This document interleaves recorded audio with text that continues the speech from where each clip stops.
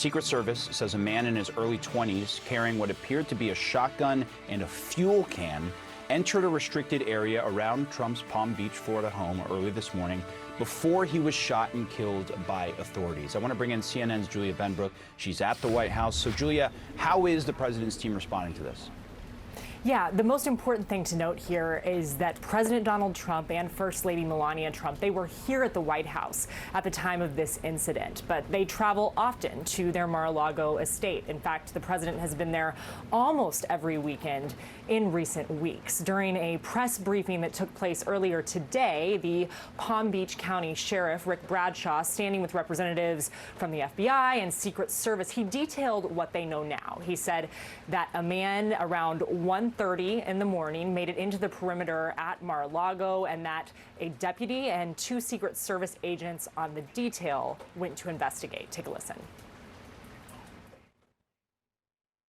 They confronted a white male that was carrying a gas can and a shotgun.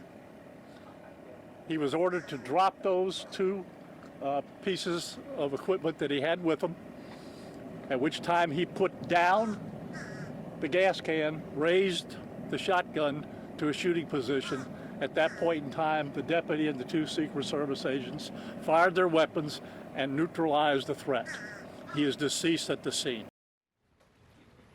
Authorities have said that this man was in his early 20s and from North Carolina. He was reported missing recently by a family member. Now, the sheriff did say that his deputies are always wearing body cameras, and so we could see some of that footage in the future there, but the FBI is the lead agency on this. They will be responsible for handling any questions going forward. And we did hear from FBI Director Kash Patel a little while ago. He posted on social media. He said, quote, "The FBI is dedicating all necessary resources in the investigation of this morning's incident at President Trump's Mar-a-Lago, where an armed individual was shot and killed after unlawfully entering the perimeter.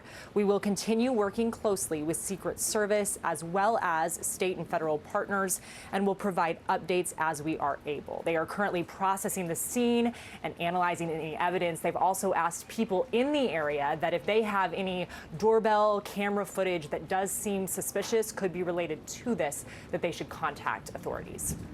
All right. Thank you, Julia. Still a lot of questions at this point. I want to bring in CNN Chief Law Enforcement and Intelligence Analyst John Miller. You've been talking to your sources here. What does this investigation look like at this point?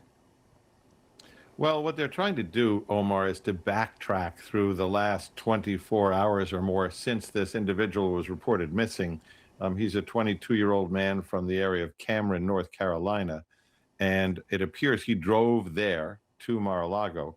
One of the things that was found in the vehicle, his Volkswagen SUV, was the box for the shotgun. So investigators believe that he left his North Carolina home, stopped along the way perhaps, and purchased that shotgun and the gasoline, and then drove to Mar-a-Lago.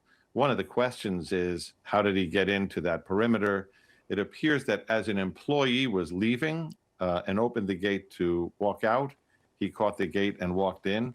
He made it about 20 to 30 yards before he was confronted in that perimeter by 2 Secret Service agents and a deputy Palm Beach County Sheriff.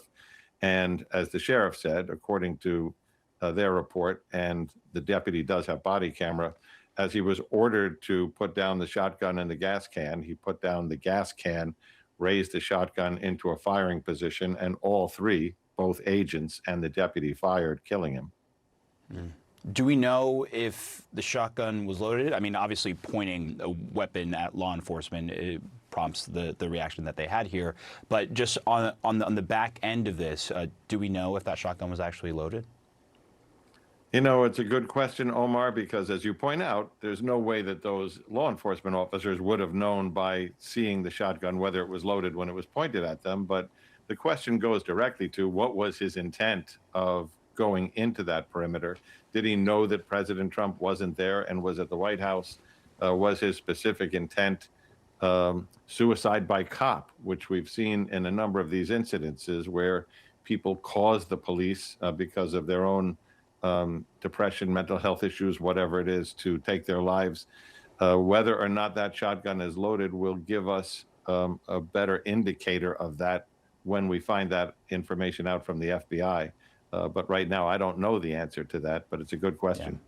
Yeah, a lot of questions still in this early stages of the investigation. John Miller, appreciate the time as always.